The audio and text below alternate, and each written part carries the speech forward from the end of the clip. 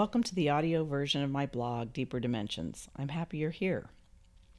In this blog, I peer into the deeper dimensions of existence to unearth practical ideas for bringing meaning to everyday moments and to crises. I offer these discoveries to you to invite you to explore your own depths so that you can discover your call, your will, your impulsive nature. I'd love to let you know about the latest posts in Deeper Dimensions, and if you'd like to receive the latest updates, you can subscribe at deeperdimensions.com. So, whether you're looking for words to inspire, console, challenge, or teach, sit back and make yourself at home.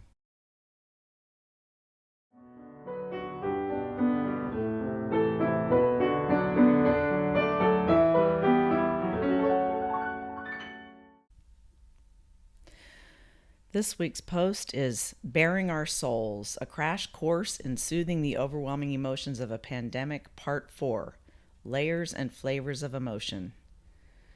It opens with a quote from Lewis, Amini, and Lannon, the authors of A General Theory of Love. Emotion is the messenger of love. It is the vehicle that carries every signal from one brimming heart to another. For human beings, feeling deeply is synonymous with being alive. During the first week of my city's pandemic-stanching stay-at-home orders, I felt as if an enormous hand had slammed into the center of my chest to shove me backwards and had left me abruptly sitting bruised on the floor of my life, with eyes wide open, blinking back startled tears. Any time I sat quiet and still, that emotional state broke through, paralyzed me, took my breath away. I soon understood that my bewildered, knocked-back state was revealing an emotion akin to surprise. One day, my husband and I were ensconced in our neighborhood, surrounded whenever we wanted by the friendly faces of people we cared about, even if we didn't know their names. The next day, we were locked in our house with no way to connect with or check up on those folks who made up our circle of community. This feeling of surprise was specific and intense. It was an aching, existential, sickening sensation of astonishment that accompanied the suddenness of having our social ties ripped away. No good name exists for this emotion, so I'll call it the I didn't get to say goodbye emotion. Once I was able to name that I was consumed by a feeling of astonished I didn't get to say goodbye, I began to cry. Tears of missing those people, tears of worry about their welfare, tears of helplessness about being able to check on them. Accessing the variety of tears of this sad form of surprise alleviated my paralysis. Naming my feelings specifically and accurately allowed me to express it. Expressing it connected my body and soul to each other in a way that was a balm to the woundedness of the situation. Being stuck in paralysis felt stultifying. In contrast, fully experiencing I didn't get to say goodbye was painful, yet enlivening. This example illustrates the essence of what I wrote in part 3 of this series, Name It to Tame It. When you're wrestling with or paralyzed by an emotion, and you offer yourself kindness and presence, and become gently curious about what specifically you're feeling, you might be able to discern exactly what the emotion is. And accurately naming your emotion causes your brain to spray soothing neurotransmitters into your right lower brain to calm it. In this calmer state, the act of putting words to the specific emotion you're feeling begins the process of making sense of it. Making sense of the emotion helps you discern what actions, emotional expressions, or distractions will truly help you move through your feelings, or healthily bear your emotional state if it's an ongoing one. This example also illustrates how emotions are not only the ones we're most familiar with, like sadness, anger, fear, surprise, happiness, etc. Emotions are nuanced, and they're in reference to multiple layers of experience, like, I didn't get to say goodbye. The more specific you can be about what you're feeling and what the feeling is about, the more soothing and help you can offer to yourself and to your loved ones. Permission to play with emotion words. To name your feelings specifically, first you need permission to hold the process lightly. Let yourself be playful and creative when you're curious about what exactly you're feeling. You just saw me make up a name for my emotion. It's an awkward name. No matter, it resonated deeply with my experience and unlocked soothing and emotional expression for me. It might also ring true for you, or it might not. That's okay.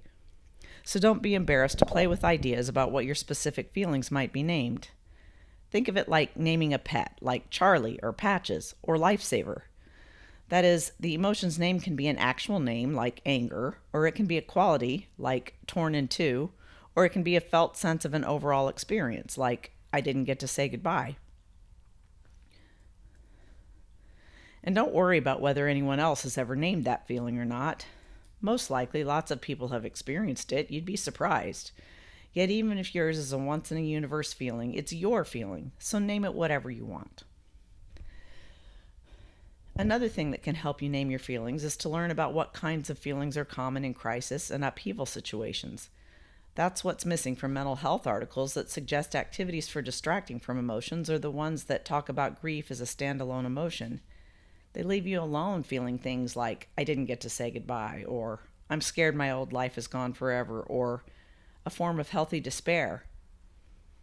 That's what the rest of this article will be, an elaboration of types and layers of emotions that typically emerge during times when things you thought were stable have come undone. To ease your exploration of emotion, I'm giving you permission for 3 more things. 1, it's possible to feel more than one emotion at a time. No one tells you this, but it's true. You can feel heartbroken and outraged that your wedding had to be postponed, while you feel grateful you have a job. You can feel frustrated and overwhelmed about having to work from home while overseeing your kids' education and relieved that your family is getting to stop rushing in the mornings. You can read my piece, Stretch Your Heart to Feel More Than One Emotion. You won't regret it, for more on this. 2, feelings arise unbidden. Comparison doesn't make sense. Related to number 1, this means it's okay to feel pain even if you have it better than someone else. In fact, one of the outcomes of turning toward your own painful feelings with compassion for yourself is connection to the pain of the world, and that yields a deeper sense of care for others than you can feel if you distance yourself from your own pain. It's also okay to feel okay, even if others are hurting. When you feel okay while others are hurting and you allow yourself to feel your okayness, gratitude for what you have often emerges, and that's a good thing.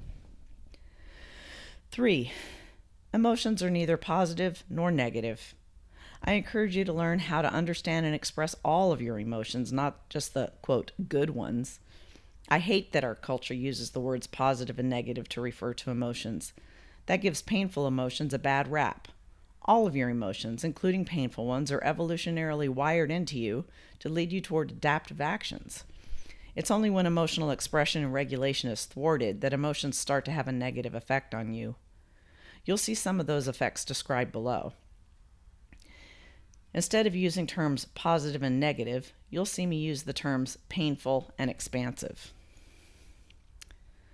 Now we'll go through some common emotions that occur during times of upheaval. 1, grief, of course. You're likely grieving the loss of many things, large and small. You can feel grief about the loss of a loved one, the loss of security, the loss of a way of life, the loss of hopes and dreams, the loss of plans, the loss of anything. It can get confusing because grief is both an emotion unto itself and a set of emotions that make up the grief process.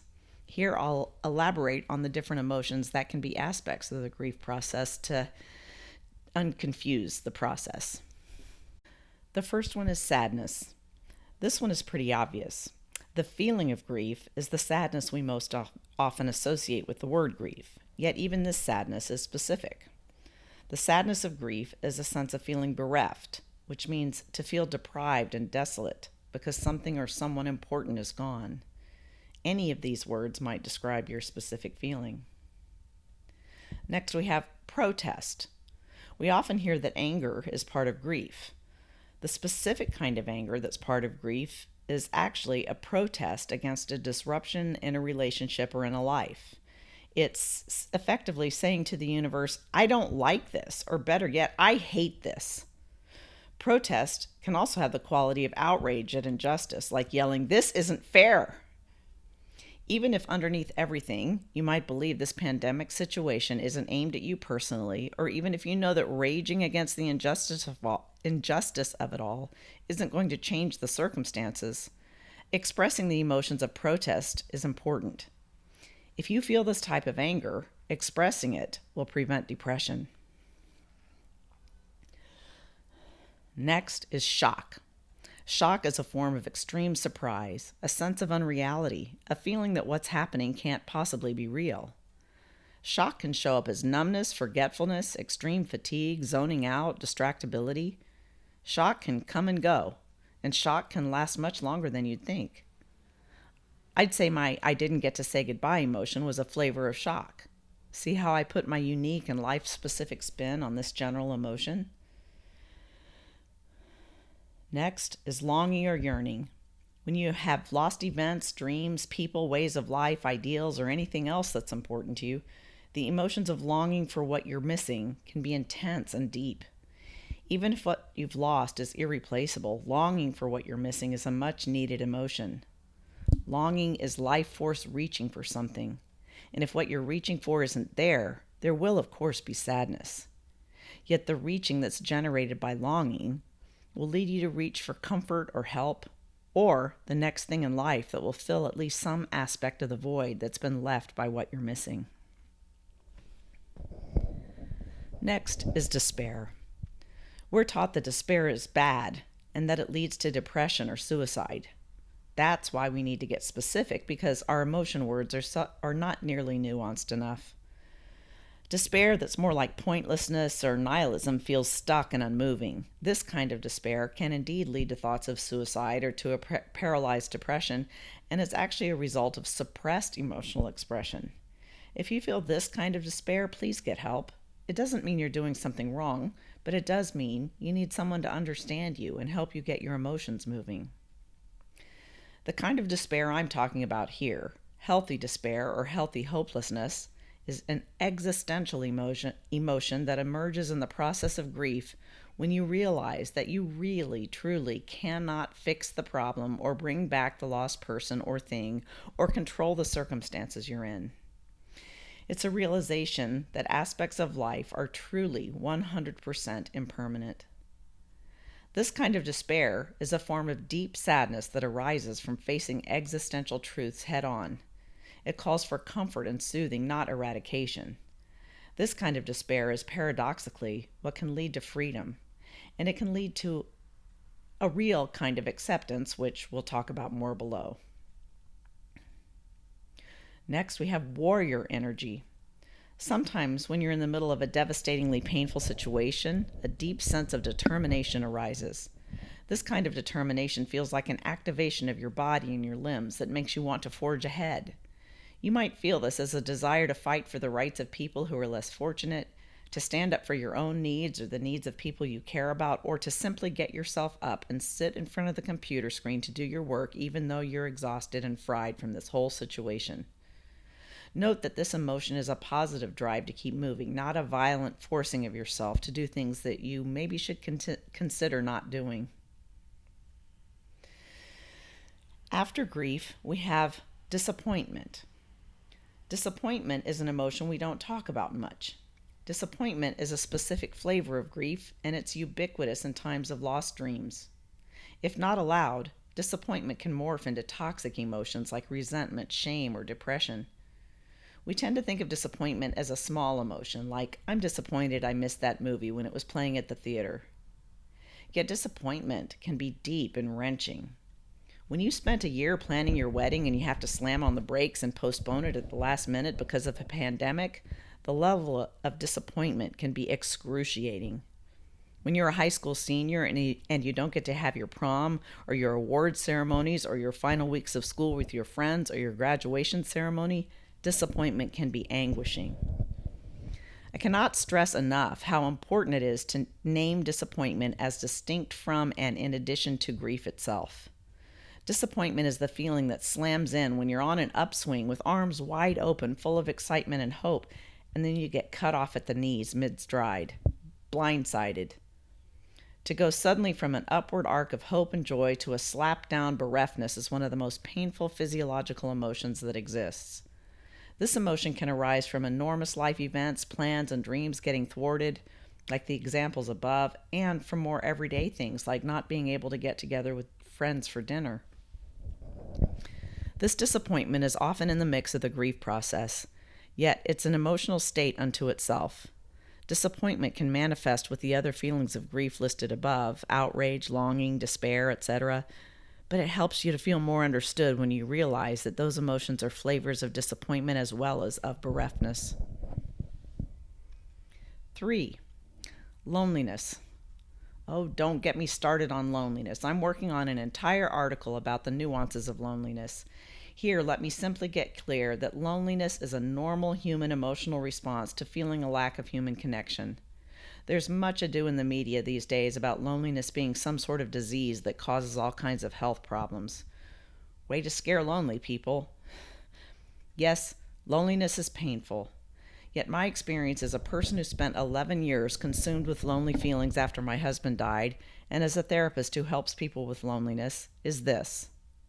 If the emotion of loneliness is expressed and understood, the pain might be intense and long-lasting, but health problems don't arise. It's when we're left alone with the emotion of loneliness that problems arise. That is, when no one understands our loneliness. When the expression of loneliness is thwarted by shame about being alone, or by fear of the loneliness itself, or even by well-intentioned people who try to talk you out of it or try to fix it with dumb suggestions when it can't really be fixed, then you end up with that intense emotion becoming trapped in your body with no place to go, and there it can fester and cause problems. Many people are struggling with loneliness right now. Please know that understanding and expressing it to yourself through a journal or to others who care about you will help you to bear the very real, normal, ongoing sense of longing for social engagement that you feel, and will help keep your loneliness from turning into something hurtful. 4. Fear.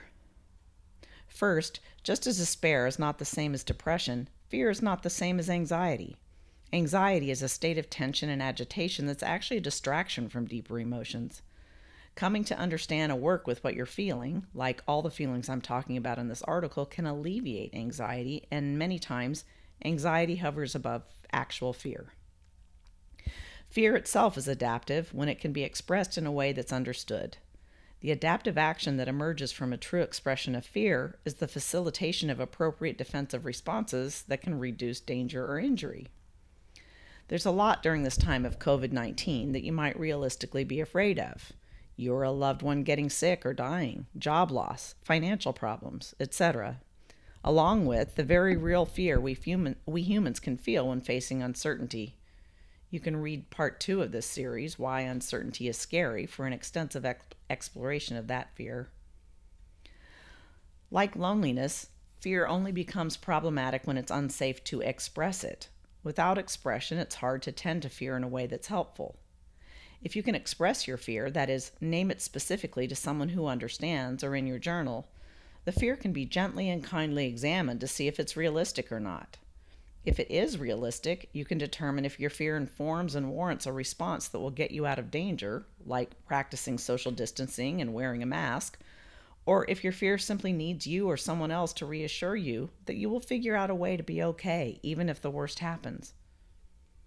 If the fear is not realistic, determining that very unrealisticness can help you soothe yourself by understanding that the uncertainty and upheaval of this entire situation are causing you to be jumpy and afraid of things you don't need to be afraid of. 5. Expansive emotions. Most of the emotions I talked about above are painful, and everyone is feeling some flavor of pain in the midst of this pandemic.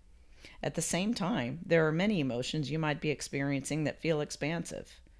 Expansive emotions that often emerge during a time of intensity include relief, gratitude, a deepened sense of connection to yourself and to others, appreciation, hope for a renewed future, sensitivity to goodness, tenderness, compassion, poignant vulnerability. Remember that your heart is built to feel more than one emotion at a time, so these emotions might emerge at times on their own, at times interwoven with painful emotions, and at other times as a result of the painful emotions. That's right. When you learn to understand and express your painful emotions, these expansive emotions are often byproducts of that very expression. Another expansive emotion is acceptance. There's a myth in our culture that a goal during times of difficulty like grief, illness, or uncertainty is a state of acceptance, and that acceptance looks like a constant, unruffled state of serenity. You'll never be upset or hurt by the difficult circumstances again. That is unequivocally false. The countless mindfulness and distraction practices touted by many of the pandemic mental health articles seem to me to be attempts to get rid of the painful emotions and achieve this calm acceptance. This attitude is based on the idea that acceptance means we don't have to feel distress. Yet ridding ourselves of distress is impossible, and the attempt to do so can cause painful emotions to morph into toxic ones. Instead, acceptance is finding peace within the storms of life, not an escape from them. You can see my post Serenity, Sorry, Freedom is Not an Escape for an in-depth exploration of this concept. When you can understand that no matter how painful, emotions are simply experiences that flow through you to give you information and to heal you, you can experience them with all of their intensity in your body and your heart, and trust that life is unfolding as it should. Joy. Having the courage and support to allow and not block your feelings, to learn to be at peace with even enormous inner upheaval, leaves you supple, flexible, not clenched. You might just find that you touch into a raw, tender, almost sacred sense of enlivenment that I call joy. Joy is different from happiness. Joy is the feeling that washes through you when you're open to your entire life's experience, from high to low, dark to light. The joy of feeling it all, the joy of being connected to humans through shared vulnerability to suffering, the joy of true freedom, no matter how roiled your insides are. So take all of this and make it your own. I hope you can use this compendium of emotions that are common during times of upheaval, like this coronavirus time, as a jumping off point into an exploration of your own specific nuanced emotions. Remember that the more accurate you can be in naming what you're feeling and what the feeling is about, the more soothing and help you can offer to yourself and to your loved ones. So mix and match these emotions and add your unique life experiences to the concoction as you discover names for your emotions that click in your heart and your body with that sense of, ah yes, just right.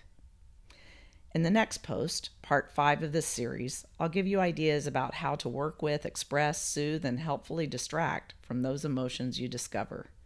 Until then, write back and tell me what emotions you do discover.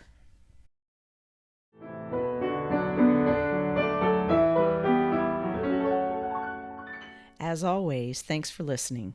And if you'd like to subscribe, go to deeperdimensions.com. See you next week.